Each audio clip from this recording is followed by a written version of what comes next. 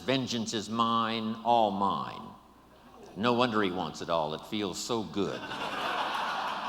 If I was God, I'd want it all.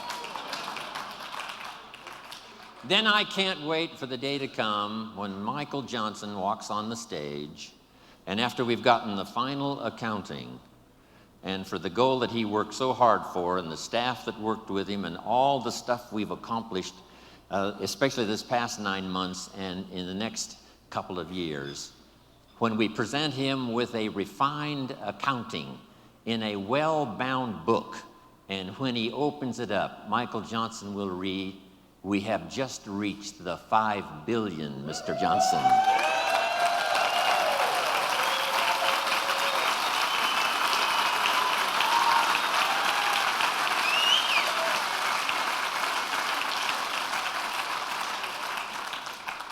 Of course, we paid the price. How many of you have children at home that couldn't come, that allowed you to be here? How many of you? Looks like almost everybody. When you get back home, tell them thank you from Jim Rohn for making those sacrifices so that you could be here. I'm telling you, when we get to the 2 and then the 3 and the 4 and the 5, here's what we're going to say. Small price to pay for the glory we now share with each other. It's going to be fantastic. So, look back, look ahead, set your goals. Here's the next one, and this one is so important. Look over your plans.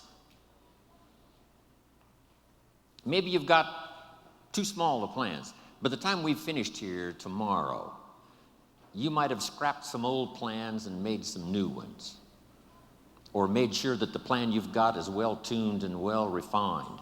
As we speak, almost hourly and daily, the team at home office, continually revising, continually shaping, continually refining, making it more simple, making it easier to tell in terms of products, but all the rest of it, from the support staff, from all these countries represented here around the world, fine-tuning the support staff.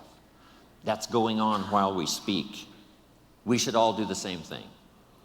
I'm fine-tuning my own plan, right? These next years, working with Herbalife and all of you around the world, I've got some plans for myself, my own growth, my own development, fine-tuning my own skills. So look over your plans for the future, your plans for your family, your plans for your health, your plans for your organization. Make sure they're in place. Here's the next one. Look around. You might have overlooked some people that need to be recognized. You might have overlooked some talent that you could be using to help in the training and conduct meetings. Don't miss some of the gifts that are close by you. Look around and say, who's doing a good job that maybe I've missed this last year? Look around and see if there aren't some people who need to be lifted up, who need your inspiration, who need your presence, who need your time. Here's the next one. Look down to the work. Look down to the soil that's ready for the seeds of opportunity that you will share by your voice and your invitation and your language and your meetings, your presentation. Look down to the work that your hands can work miracles. Look down to the task and see if there aren't some things you might have missed this past year you can pick up on this year and work miracles for yourself, for your future, for your organization. Here's the next one. It's a word of caution. Look out for the enemy that's on the outside as well as the enemy that's on the inside. Look out for your own thoughts that might deceive you, saying you're too short, you're too tall, you're too old, you've never done it before. What makes you think you can do it now? Look out for the temptation. I've told the story and it bears repeating. An ancient story that said there were 2 nice people. This is not a story of one bad person and one good person.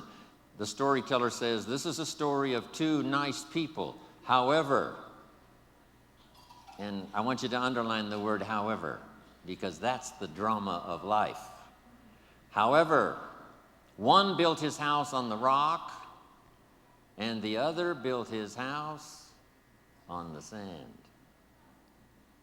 And sure enough, the storms came as they always do, and the one that built his house on the rock was saved. The one that built his house on the sand was lost. Here's what it means. Nice people can make careless decisions. Nice people can make foolish decisions. None of us are above temptation. That's why the great prayer says, lead us around temptation. Hopefully deliver us from the evil. Tempted to cross the line. A customer shows up across the street from where you live, and it's so easy to say, rather than being taken care of by someone who lives so far away, I can take care of you because I live just across the street. Don't listen to the tempter. Stay on track. Build on the rock. Look out for your own mind that would tell you your dreams can't come true. Look out for your own thoughts that would tell you that it's not going to work that well for you. Look out for that. Here's the next one. Look inside. Some of you have just started to develop your talents and your skills and your abilities. Some of you have done enough to reach this level, to reach these tables, to be in this room. But I promise you, if you go home and take another look inside, here's the question to ask. What else could I develop of my mind and my spirit and my talents and my ability that would make me more valuable to myself, to my family, to my organization, to Herbalife? What else could I do?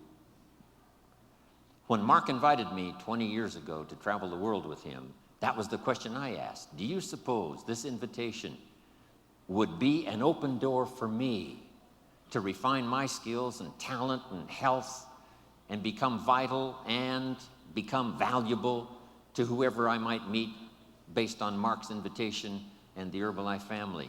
That turned out to be a wise decision on my part. What else could I do? How far could I reach inside for something I haven't found yet? And that unique experience at that time when Mark gave me the invitation is what has sustained me now these last 20, 21 years traveling the world for Herbalife. And I'm always proud to say when I'm introduced, yes, I'm Jim Rohn, I travel the world for Herbalife.